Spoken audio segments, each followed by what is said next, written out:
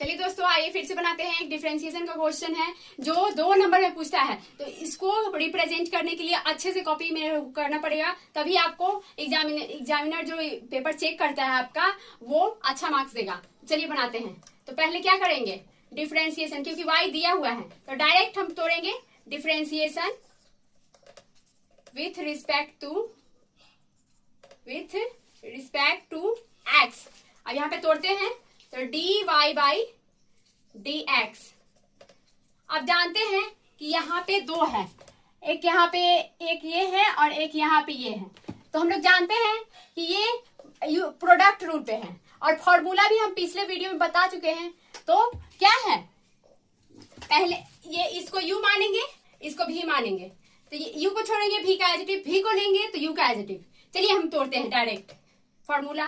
पे। तो पहले u को छोड़ेंगे तो साइन के पावर 3 बाई इंटू डी, ये v को लेंगे कॉस के पावर 5x बाई dx। क्या आता है बीच में प्लस, तो यहाँ पे क्या आएगा, अब u को एक बार छोड़ दिए तो एक बार v को छोड़ेंगे ना, तो cos 5x के x को लेंगे और u का एडिटिव,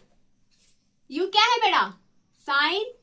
के पावर 3x बाई dx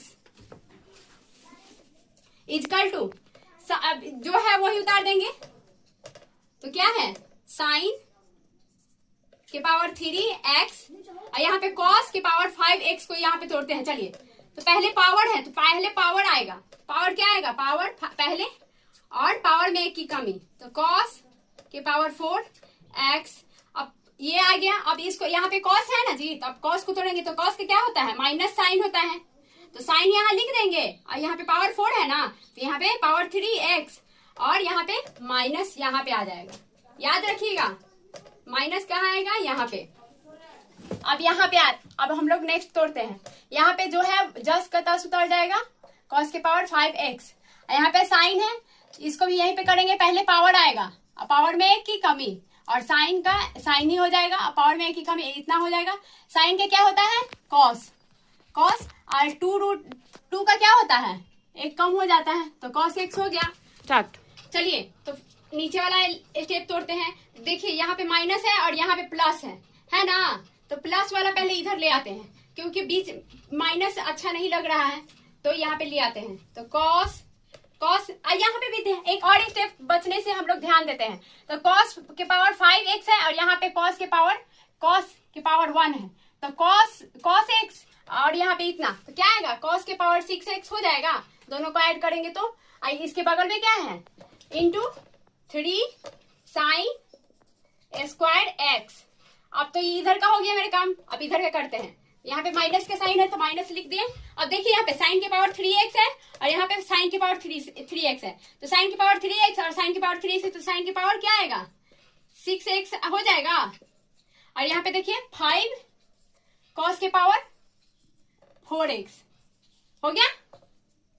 अब दूसरा स्टेप देखिए, अब इसमें से आपको दोनों में कॉमन कुछ लग रहा है, इधर भी cos है, इधर भी cos है, इधर भी साइन है, इधर भी साइन है, तब कॉमन निकाल लेते हैं, तो जो कम रहता है उसको उतार देते हैं, कॉमन में यही ना होता है जी। तो यहाँ पे cos 4 है, यहाँ पे cos 6 है, तो cos 4 को हम लोग उतार देंगे, cos के पावर 4x और यहाँ पे